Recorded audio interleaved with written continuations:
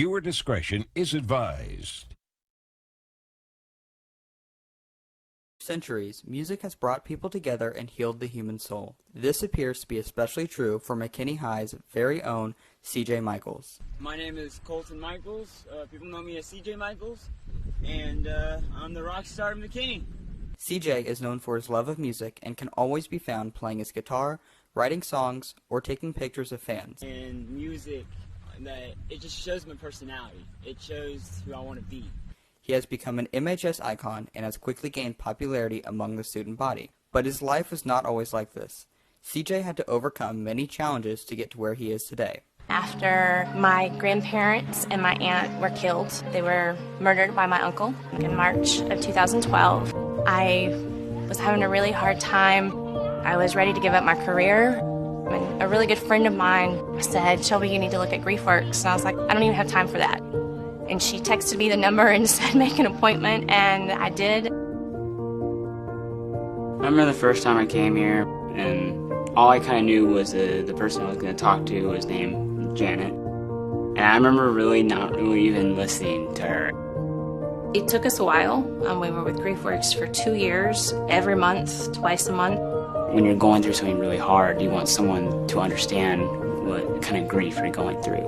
Miss Janet was mainly the main person that helped me. Over time, he started improving and I started improving. What a blessing, the opportunities that he had here through GriefWorks and through camp. Even though he had healed so much, he came back from camp like a completely different child. I remember doing the Bible study, which that's really what got me into believing God again. Closer to the end of last year, it was in May. I just got back from a trip on Monday. I wasn't feeling well. I had flu symptoms and stuff. I had some pain in places. Wasn't feeling good. My mom got me a doctor's appointment. Comes in and he is like, "You need to go to ER immediately, right now." That morning when I woke up after my surgery, they told me that I had stage 4 testicular cancer and stage 2 secondary lung cancer. And I would have to get chemo every single day. I thought I was gonna die. I mean, I've been through so much in my life to the point where maybe this is it. After going through probably one of the most toughest battles of my life, I beat cancer. I actually opened my own practice. Colton, he is happy and healthy and thriving and successful. I started martial arts.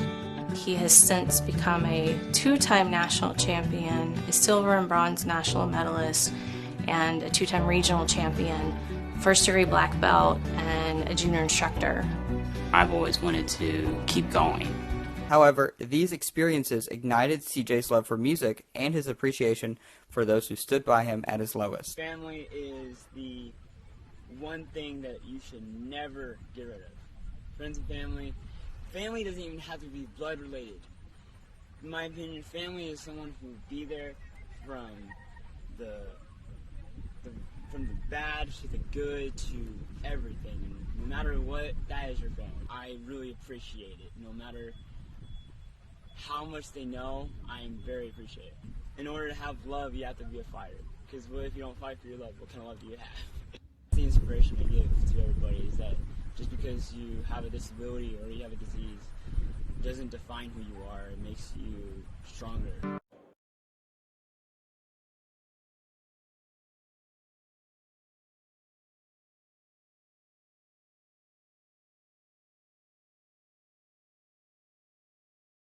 Authorities found 3 bodies this weekend believed to be murder victims of a Texas man arrested Thursday in Stonewall, Louisiana.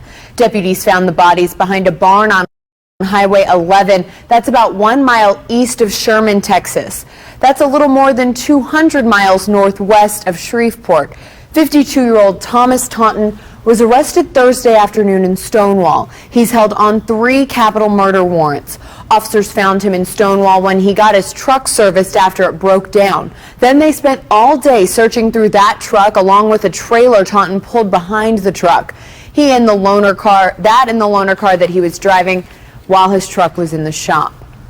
This all started Wednesday when police in Texas got the call that 73-year-old Harold Harpst, his 79-year-old wife Sue, and her daughter, 48-year-old Regina Taunton, were missing.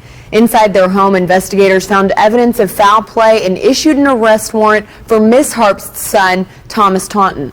Other family members now say that they don't see how there's any way their loved one could have done something to those three family members. Talked to my brother. There was nothing in him that would account for anything like that. He doesn't get angry. He doesn't have the explosive temper. Nothing like that. According to family members, Mr. Harpst was a double leg amputee who suffered from diabetes. His wife and daughter helped care for him. Investigators are currently looking for Harpst's vehicle, which is also missing. It's a silver 2007 Dodge Caravan with Texas handicap license plate 8CPYH. The van is equipped with a rack for carrying a wheelchair on the rear of the van.